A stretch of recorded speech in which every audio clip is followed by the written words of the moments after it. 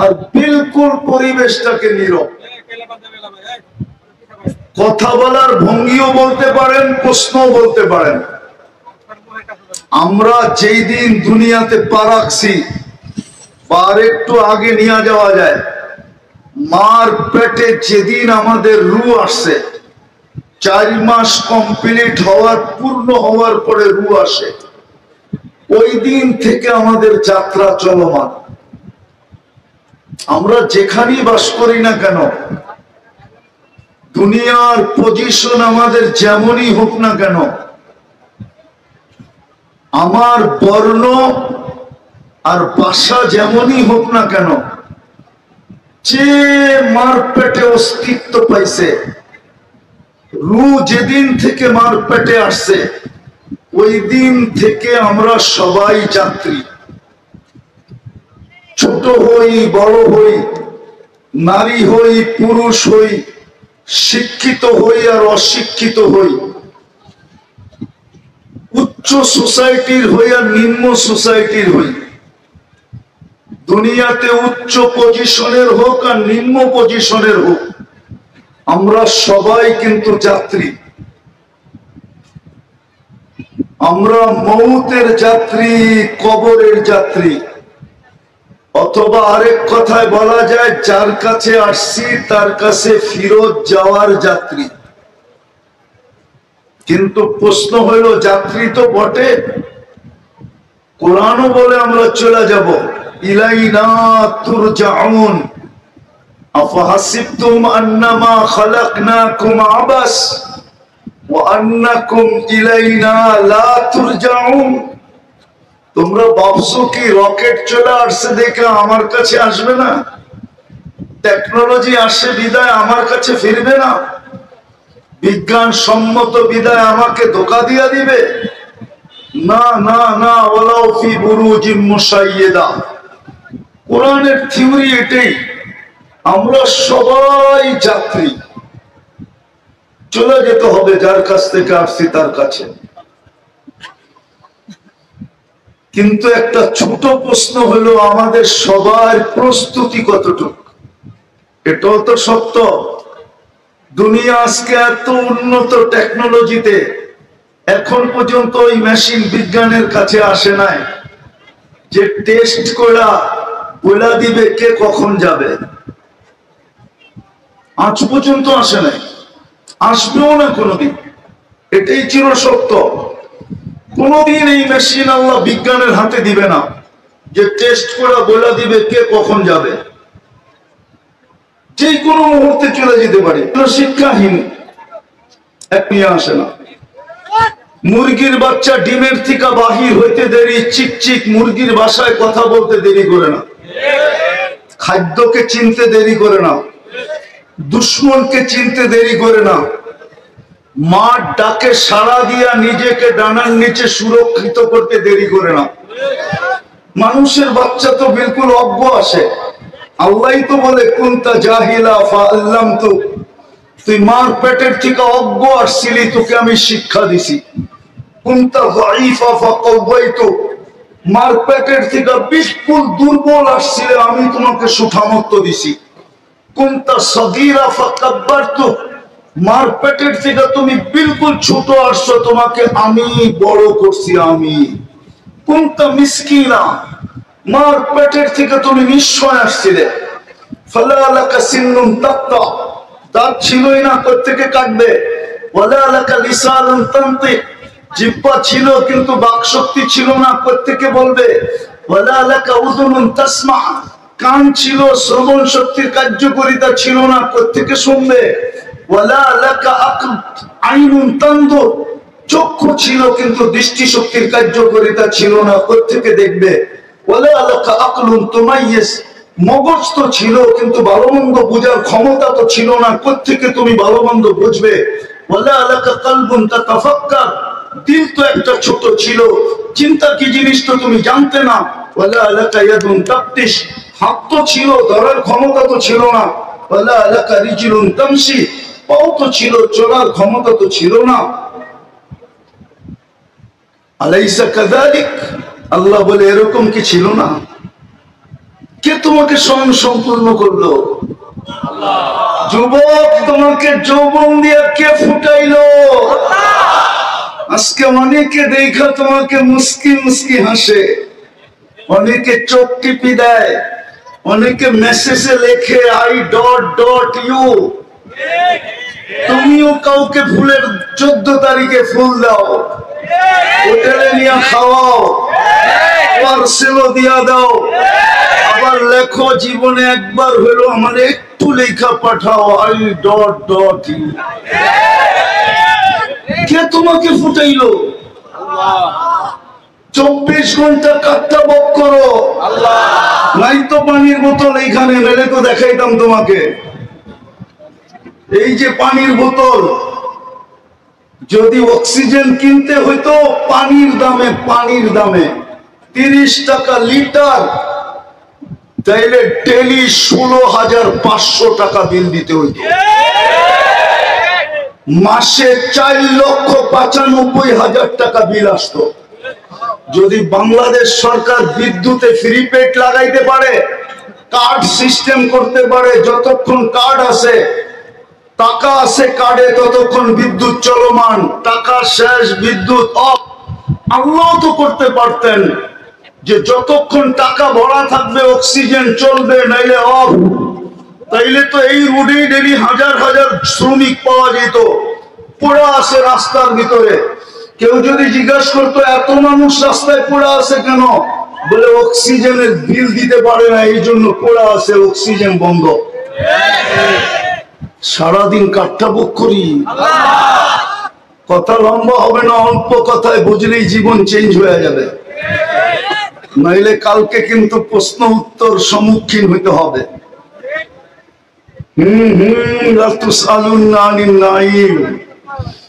আল্লাহ বলে একটা নেয়ামতের হিসাব দেওয়ার ক্ষমতা তোর নাই, একটা নেয়ামতের। আমি দেখাইতেছি দৃষ্টি শক্তি একটা নেয়ামত। কয়টা? ঠিক না?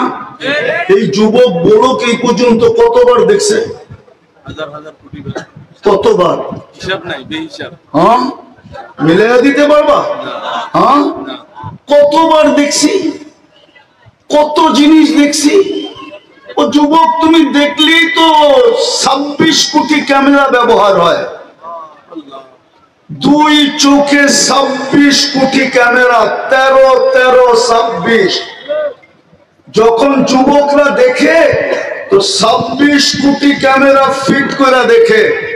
ফিট করতে দেরি, ডানা ঝোলা যেতে দেরি হয় না। এই জন্য তো কয় যুবকরা ডানা কাটা। ও ডানা থাকবো কোত্থেকা? তুই 26 কোটি ক্যামেরা লাগায় দেখোস, তোর ডানা থাকে কোত্থেকা? ফ্রিকোয়েন্সি আছে না? বলো কতবার দেখছো এই পর্যন্ত? বলো কেউ আমাকে। কিন্তু আল্লাহর কাছে হিসাব আছে তুমি কতবার দেখছো। কিরামান কাতিবিন ইয়ালামুনা মা তাফআলুন, ভিডিও করা আছে কতবার দেখছো। কত জিনিস দেখছি, একটা নিয়ামতেরই তো হিসাব দিতে পারবো না। আমি তো চক্ষু দেখাই না, এরম যদি কান দেখাই, এরম যদি বাকশক্তি দেখাই, এরম যদি ব্রেন দেখাই। ভাবলাম এই পানি এত এই দিন পর্যন্ত কত ফোঁটা খাইছো বলো, কত লিটার গোসলে ব্যবহার করছো বলো। পানিও তো একটা নেয়ামত। বিদায় আমার কথা শুরু, আমরা যাত্রা চলমান, যে কোনো মুহূর্তে পরিসমাপ্তি করতে পারে। আজকে সূর্য এই কোনাবাড়িতে বলতে বলতে ডুবছে, লান আউদ ফি হায়াতিকা আবাদা। হতে পারে কাল সকালে কেউ তোমরা আমাকে উঠতে দেখবে না। এরকম জায়গা দুনিয়াতে শত আছে, এক রাত্রে মাটির সাথে মিশা গেছে। গত ডিসেম্বরের আগের ডিসেম্বরে তুর্কিতে এক রাত্রে 1.5 লক্ষ লোক মারা গেছে 7.8 ভূমিকম্প দ্বারা।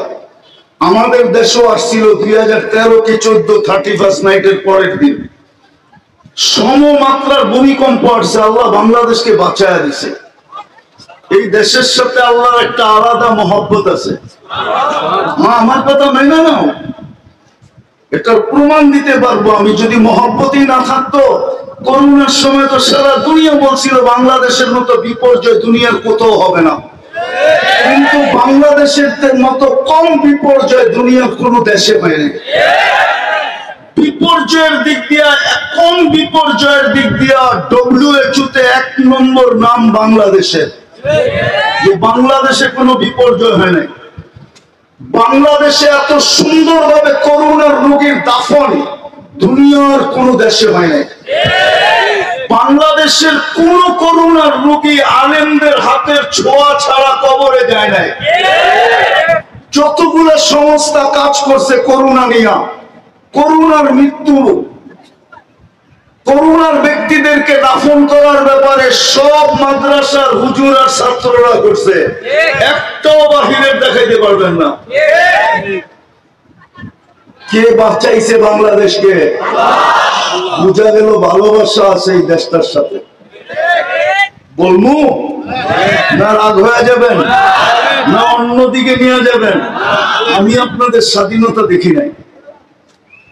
এই যে স্বাধীনতা গত বছরে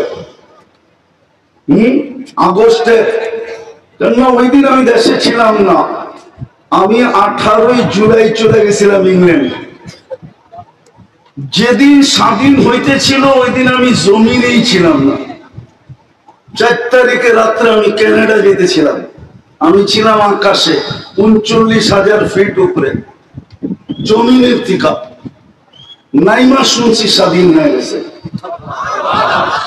কিন্তু পরে যা শুনতেছিলাম, আমি বিলকুল দেশে আসছি সেপ্টেম্বরের 23 তারিখে, মধ্যখানে একদিনের জন্য আসছিলাম, আবার চলে গেছি কোরিয়া। ঢাকা নামছি, একদিন ছিলাম, পরের দিন ফ্লাইট কোরিয়া ছিল আমার। কিন্তু বাইরের থেকে শুনতেছিলাম, সবাই ভাবতে ছিল যে না জানি দেশটা মাটির সাথে মিশা না যায়। 16 বছরের একটা মায়া আছে না? নাই? নাই না, গৃহযুদ্ধ লেগে যায়। বাহিরের থেকে শুনতেছিলাম, আপনারা শুনতেছিলেন কিনা জানি না। আমি কানাডার থেকে আবার ইংল্যান্ড আসছি, ইংল্যান্ড থেকে আমি মিশর আসছি, মিশর থেকে সৌদি আরব আসছি, বাংলাদেশে আবার কোরিয়া গেছি। সব জায়গায় এক আলোচনা শুনতেছিলাম, দেশটা মাটির সাথে মিশা যায় কিনা। কিন্তু আমার বিশ্বাস ছিল কিচ্ছু হবে না। এই দেশটার সাথে আল্লাহর একটা ভালোবাসা আছে, এটারও একটা কারণ আছে। বলুন, ইসলামের সর্বপ্রথম কোরবানি এই মাটির নিচে লুকানো আছে। আল্লাহর রাসূল হিজরত করেন নাই, তখন বাংলাদেশে 4 সাহাবী চলে আসছিলেন। বাঙালিরা সাহাবীদের চেহারা দেখা মুসলমান হয়েছে। বাংলাদেশের ইসলামের বয়স আর মদিনার ইসলামের বয়স কাছাকাছি, সমসাময়িক বললেও ভুল হবে না। 4 সাহাবী চলে আসছে, আবু ওয়াক্কাস, ওহাব ইবনে মালিক, কাসিম ইবনে হুযাইফা, উরওয়া ইবনে সাসা। এইখান থেকে 2 জন চিনে গেছেন। আবু ওয়াক্কাস রাদিয়াল্লাহু তাআলা আনহুর কবর চিনে, ওহাব ইবনে মালিক রাদিয়াল্লাহু তাআলা আনহুর কবর মঙ্গোলিয়ার বর্ডারে। কিন্তু 2 জনের কবর ইতিহাসবিদরা বলে এই মাটির নিচে। এই জন্যই মাটির নিচে একটা আধ্যাত্মিক শক্তি লুকানো আছে। একটা কথা বলেই ফেলি, মিডিয়া দিয়ে চলে যাবে। এই মাটি নিয়ে যারা খেলতে চায় না, এই মাটির বৈশিষ্ট্য হলো বেশি দিন খেলতে দেয় না। হয়তো মাটি তাকে কিক মেরা দেয়, কিক, ঠিক বুঝেন?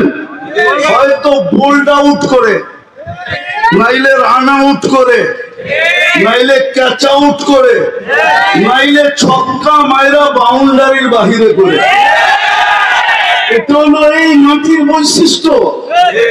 কেননা ওই আধ্যাত্মিক শক্তি মাটির নিচে লুকায় আছে।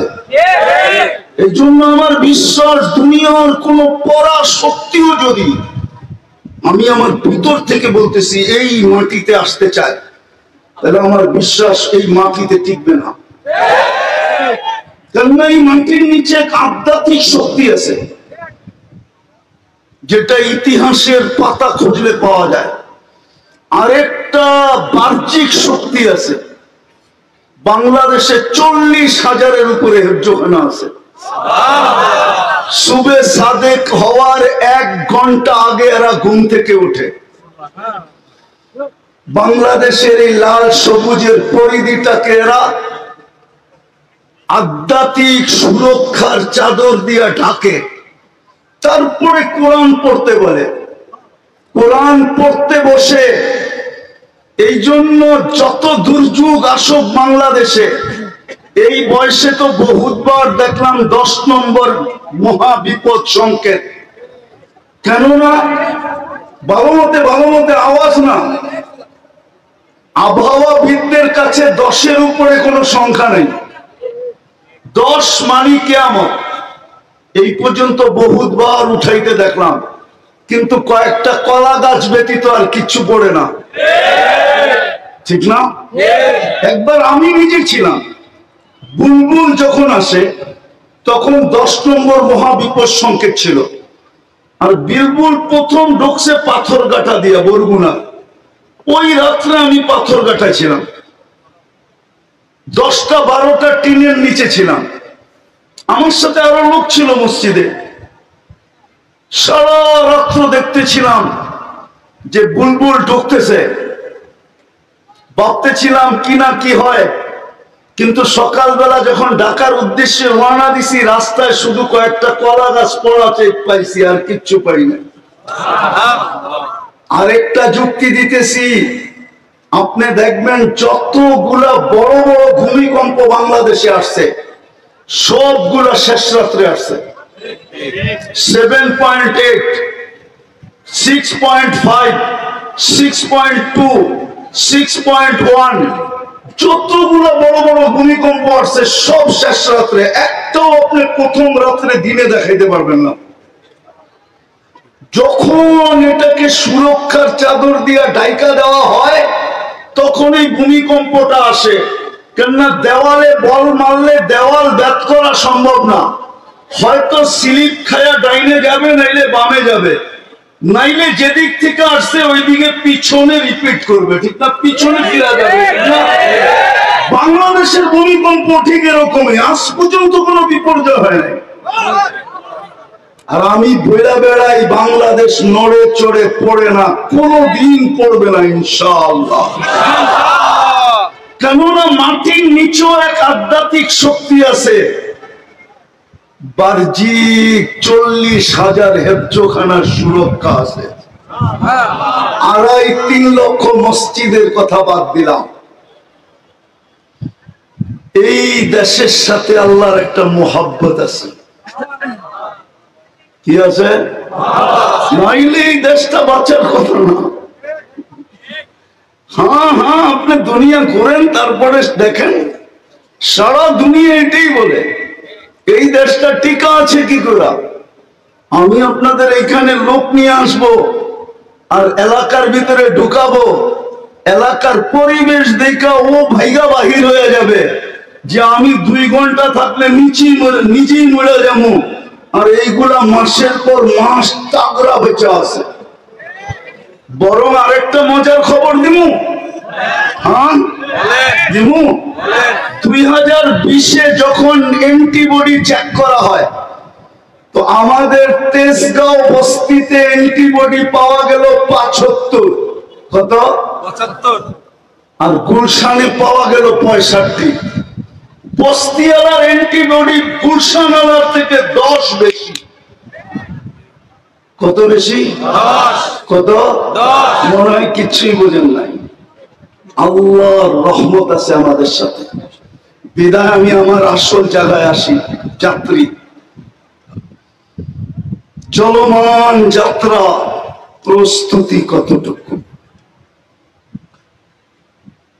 একটু ভাবি। 24 ঘন্টা ভোগ করি আল্লাহটা। আমি প্রযুক্তি দিয়ে মিলায় দিতে পারবো ডেলি 1 কোটি টাকা বিল আসবে। 1 কোটি টাকা যদি আল্লাহ বিল ধরতেন এই দেহটা চালানোর জন্য, ডেলি 1 কোটি টাকা বিল আসবে। যদি অল্প অল্প করে ধরি, যদি পার শ্বাসে আল্লাহ 1 টাকা না 1 পয়সা বিল ধরতেন, ডেলি 1600 টাকা বিল দিতে হইতো। যুবক, তুমি বিল দিতা না চ্যাট করতা, না অ্যান্ড্রয়েড সেট কিনতা, না তুমি ওয়াইফাই বাড়িতে লাগাইতা, না নেট কিনার সুযোগ হইতো? বলো আমাকে। 1600 টাকা ডেলি বিল দিতে হইতো, পার শ্বাসে 1 পয়সা। 16,500, 1,60,000 বার আমরা শ্বাস প্রশ্বাস নিই। বাংলাদেশের শিক্ষিত মানুষগুলার বিবেক তো খুললো না, আমার জাতির তো বিবেক খুললো না। খোলাইতে তো চাইছিলেন যমুনা গ্রুপের মালিক, করোনায় যখন মারা যাইতেছিলেন তো চিৎকার দিয়া ডাক্তারের টিমকে বলতেছিল, আমাকে স্বাভাবিক শ্বাস নিতে দে, আমি এন্টার কোম্পানি তোদের নামে লেখা দিব। এখনো পেপারে ওটা লেখা আছে, আমি নাম বললাম না, শুধু গ্রুপের নাম বললাম। এখনো নেটে সার্চ দিলে পাওয়া যাবে।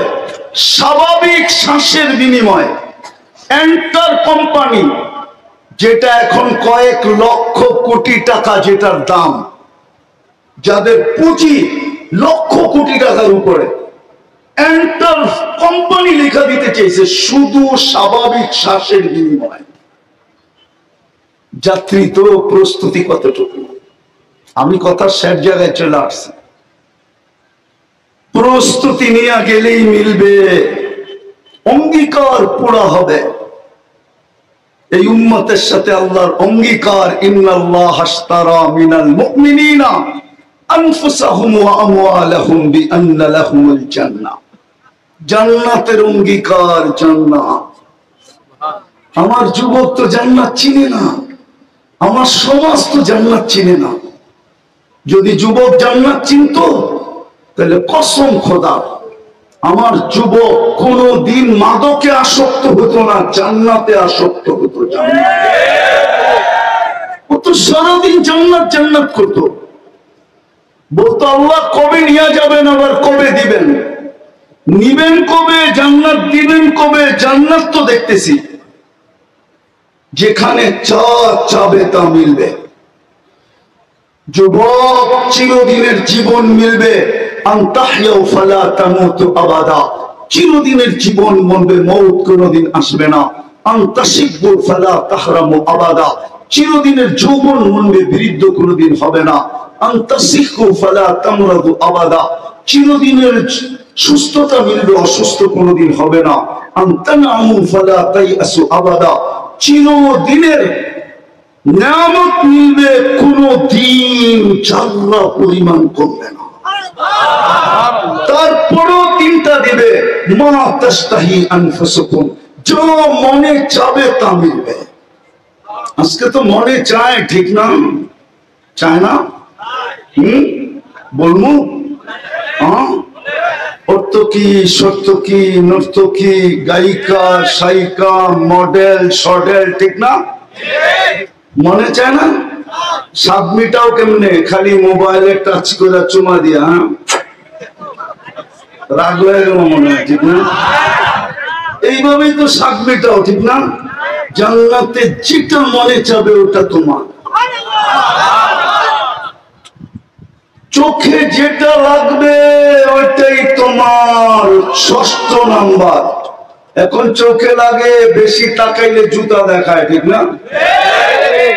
তোর কি মা বল নাই সাইজ করবো বেশি করে, আর বেশি তাকাইলে প্যাকেট বানায় মিনির মতো বাড়িতে পাঠায় দেবো একবারে। জান্নাতে যেটা চোখে লাগবে ওটা তোমার।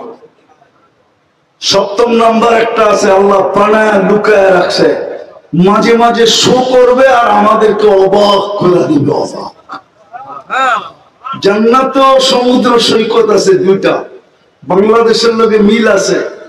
বাংলাদেশ জান্নাতের সাথে মিল আছে, বাংলাদেশও 2টা সৈকত, জান্নাতেও 2টা সৈকত। বাংলাদেশের একটার নাম কুয়াকাটা, একটার নাম কক্সবাজার। জান্নাতের একটার নাম বাইদাজ আর একটার নাম বাইদাক। সকালে এক জায়গায় যাবে, বিকালে আরেক জায়গায় যাবে, ডেলি যাবে। প্রথম আড্ডা দিবে, তারপর এখানে খাওয়া দাওয়া হবে, কুদরত দিয়ে পাকায় আল্লাহ আইটেম পাঠাবে। যখন বাড়িতে ফিরতে শুরু করবে তো পর্দার ভিতর থেকে বাড়ি করে একটা ছেড়া দিবে, বুঝছো না? মনে হয় বোঝো না। চোখে চোখ লাগতে দেরি, তোমার বুকে লাগতে দেরি হবে না। আজ পর্যন্ত কেউ দেখে নাই, তুমি ব্যতীত আর কেউ দেখবে না। প্রথম তুমি দেখবে, শেষ তুমি দেখবে, কেউ দেখে নাই। হাঁটু পর্যন্ত, মোষ কমর পর্যন্ত, আম্বার কাপ পর্যন্ত জাফরান, চেহারা বানাইছেন হোয়াইট কাফুর দিয়া। 120 ফিট লম্বা হবে, চুলটিও 120 ফিট লম্বা হবে। 3 কিলোমিটার ঘেরের কুচি লাগানো লেহেঙ্গা পরা থাকবে। সুতার লেহেঙ্গা না, নূরের সুতা দিয়া কাপড় বানাবে। আমাদের নবীজি চোখে দেখা ঈশা আমাদেরকে বলছে। জাদু যদি জানতাম যুবক, আজকে সুযোগ ছিল।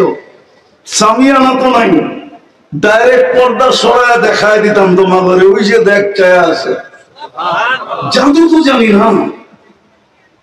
হ্যাঁ, হায় হায়, আল্লাহ রসুল পায়ের রূপের কথা বলছে। লাউ কাশাফা সাকাইহি লাগাবা দাউ শামস, পাও খুলে দিলে সূর্য চিরদিনের জন্য আলো হারায় ফেলবে। লাউ সাহিকা আলা দুনিয়া লাতানাব্বারাতিদ দুনিয়া কুল্লা, দুনিয়ায় হাসি দিলে সারা দুনিয়া আলোতে আলোকিত হয়ে যাবে। লাউ বাসাদা সাবাতি আবহুর লাসারা আতবা, শ্বাস সমুদ্রে থুতু দিলে পানিগুলা মধুর মতো মিষ্টি হবে। বলো যুবক, ওই ঠোঁটে কিস দিলে কেমন হবে? মনে হয় দিলে লাগে নাই। ওই সময় মনে হয় বুজুর্গ হয়ে যাবা, ঠিক না?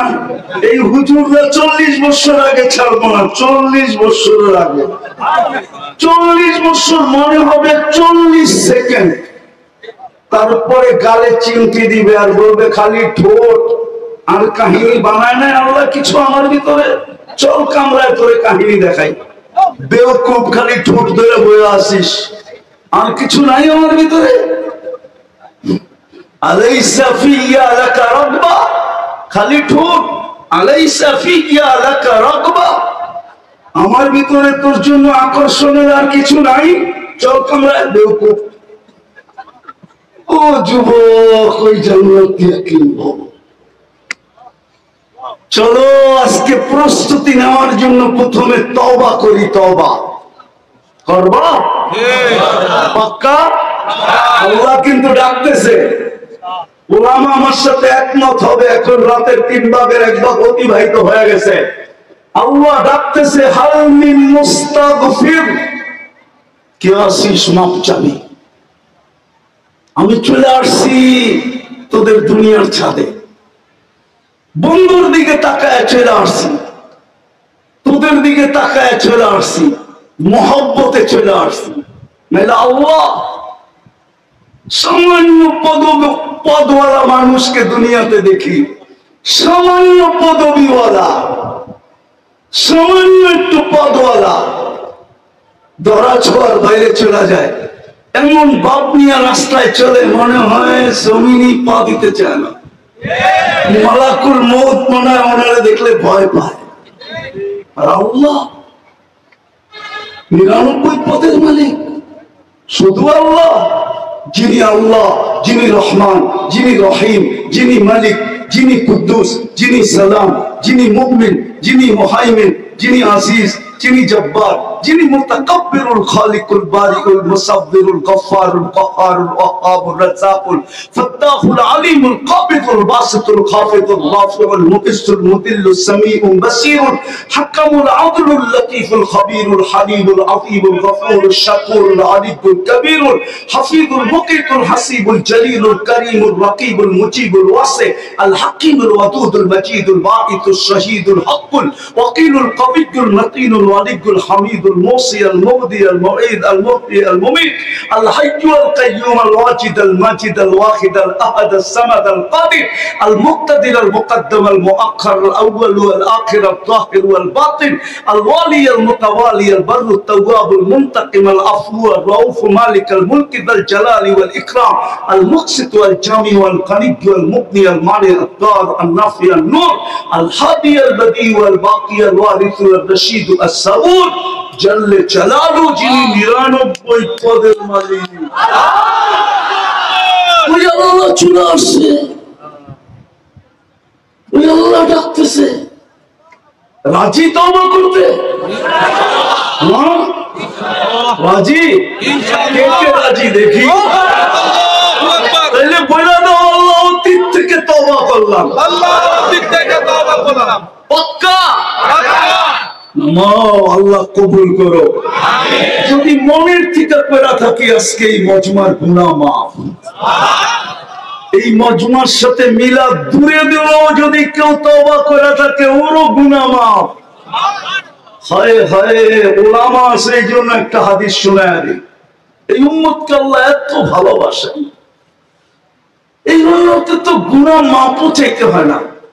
হাদিস বলে ফালাম্মা তায়াক্কানতা বিল বাওয়ার ওয়া যানানতা আন্নাকা মিন আহলিন নার মানাহতা ইলাইকা রিদওয়ানি ওয়াল্লাইতু ইলাইকা গুফরানি ওয়া কুলতু লাকা লা তাহজান গফারতু লাকা যুনুবা ওয়াল আওসার ওয়া লিআজলিকা সাম্মাইতু নাফসি আল আজিজুল গফফার।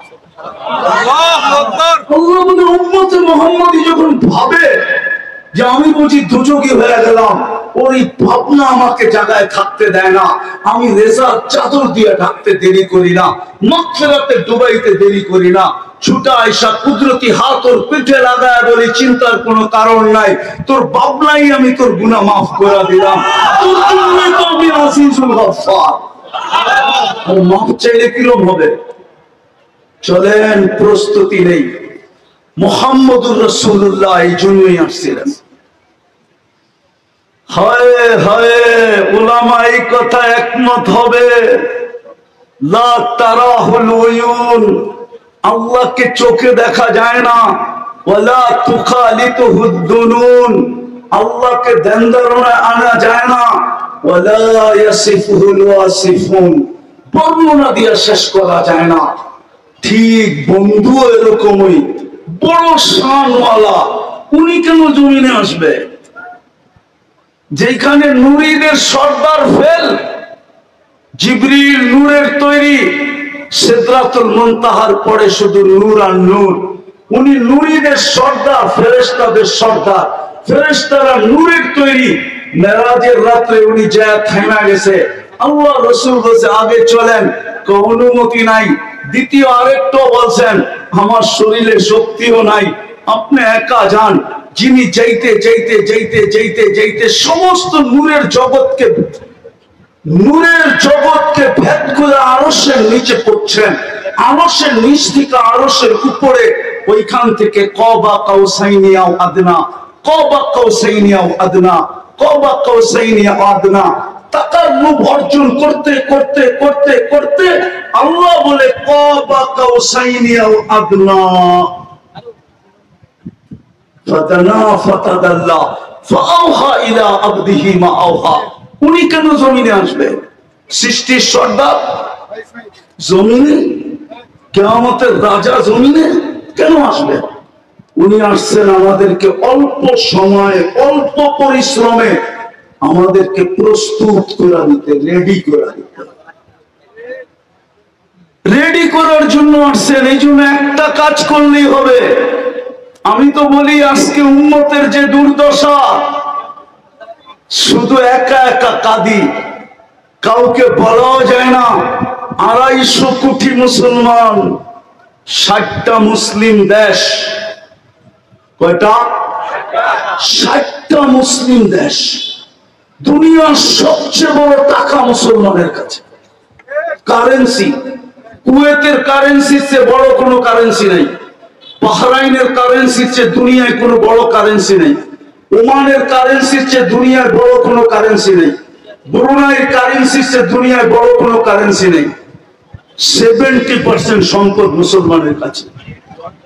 দুনিয়ায় মুসলমানের চেয়ে দামি জিনিস কেউ ব্যবহার করে না। মনে হয় কোনাপাড়ার যুবকরা মানবে না। আছে নেট লাগানো, সংযোগ আছে। এখন গুগলকে জিজ্ঞাসা করো বিল গেটসের একটা প্যান্টের দাম কত, যদি $300 উপরে দেখাইতে পারো, জিজ্ঞাসা করো, এখন গুগলকে জিজ্ঞাসা করো। কিন্তু মুসলমানের এই তোমার গেঞ্জি পাবা 3-3 লক্ষ টাকা দিয়ে কিনে, 3-3 লক্ষ। এই যে গেঞ্জি, বিশ্বাস হয় না? চলো আমার সাথে সিঙ্গাপুর মুস্তফায় দেখায় দিই, চলো আমি দেখায় দিই।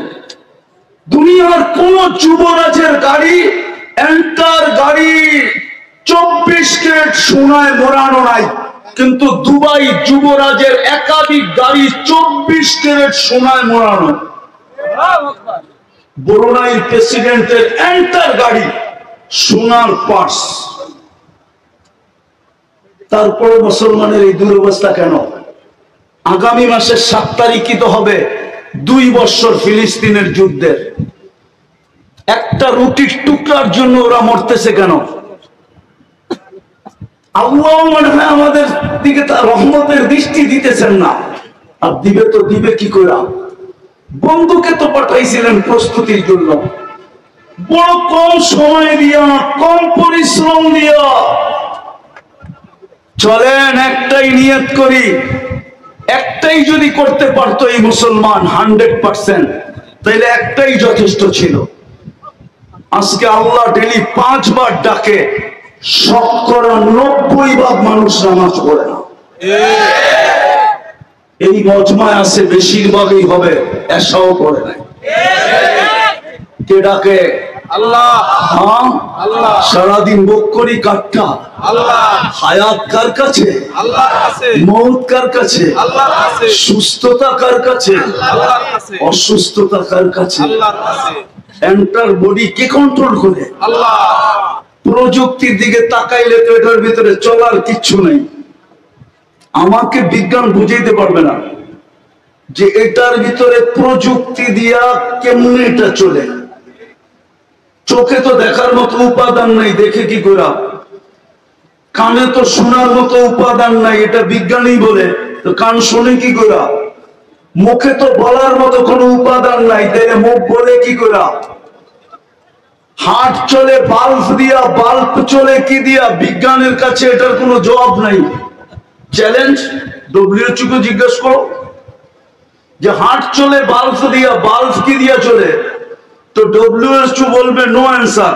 আমার কাছে এটার কোনো সমাধান নেই, আমার কাছে আছে, আমার কাছে।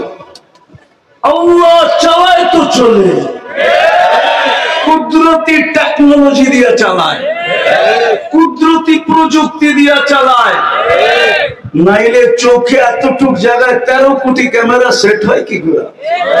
যুবক, 13 কোটি ক্যামেরার তার নিয়ে গেছেন পিছনে, তার 1.6 সেন্টিমিটার জায়গা দিয়া।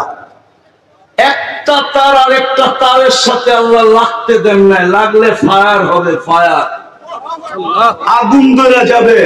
তুমি সব উল্টা দেখবা, ওই আল্লাহ কুদরত দিয়া দেখায়। সরিষার চেয়ে ছোট বিজ্ঞান এখনো, সরিষার আকৃতিরই এখন পর্যন্ত বিজ্ঞান ক্যামেরা বানাইতে পারে নাই। পারছে নাকি? গুগলে সার্চ দাও, গুগল খালাম মারে জিগাও না পারছে কিনা। 13 কোটি সরিষা একত্রিত করলে দেখো কত বড় একটা জায়গা লাগে। এর চেয়ে ক্ষুদ্র, শতগুণ ক্ষুদ্র ক্যামেরা বসায় দিছে। একটা করলেই হতো। চলো আজকে অঙ্গীকার করি, আজকের থেকে আর নামাজ ছাড়বো, ছাড়বো, ছাড়বো, পাক্কা। নামাও, এর চেয়ে বড় বেয়াদবি কিচ্ছু নেই, এর চেয়ে বড় নিমক হারামি কিচ্ছু নেই, এর চেয়ে বড় অকৃতজ্ঞতা কিছু নাই। যদি হইতো তাহলে পিরানে পীর এই কথা কোনোদিন লিখতেন না। আব্দুল কাদের জিলানী রহমতুল্লাহ আলাইহি লিখছে, আমি লিখি না। আমার বিরুদ্ধে লেখা লাভ নাই, আমি লিখি নাই, পিরানে পীর লিখছে আব্দুল কাদের জিলানী। কোথায় লেখছে ওনার কিতাব পড়লে পাওয়া যাবে, আমি নাম বলবো না কিতাবের। এত সহজ। স্টেজে বলে লামলায় যাবেন, আমি সারা দুনিয়া ঘুরে বের করছি। না না না না, নাম তো বলে দিলাম, কে লেখছে এটা তো বলে দিলাম। আব্দুল কাদের জিলানী রহমতুল্লাহ আলাইহি লেখছেন, পিরানে পীর। শুকর নাকি সকালবেলা উঠা বলে, আল্লাহ আমি এখন তাকাবো, কিন্তু আমার দৃষ্টিটা যেন বেনমাজির উপরে না পড়ে। তুমি ডাকলা, তারপরও আসলো না, তো ও আমার চোখে আমার চেয়েও নিকৃষ্ট। পায়ে হাত দিয়ে বলি, আজকের থেকে যেন নামাজ না ছোটে। ছুটবে? হ্যাঁ। আরেকটা কথা বলেই শেষ করতেছি, শেষ আমার কথা। যতদিন আমাদের দেশে, একটু আগেই বলছিলাম, একটা হলো মাটির নিচে আধ্যাত্মিক শক্তি লুকানো আছে, আরেকটা হলো বাহ্যিক শক্তি। আধ্যাত্মিক এই মাদ্রাসা, মসজিদ, আলেম ওলামা, এটা বাহ্যিক শক্তি। আপনি জানেন না? আপনি আলেমদের বাড়িতে সিসি ক্যামেরা লাগায় মনিটরিং করেন না। হাজারো আলেম আছে রাত্রে উঠা চোখের পানি এই মাটির জন্য ঝরাইতে থাকে।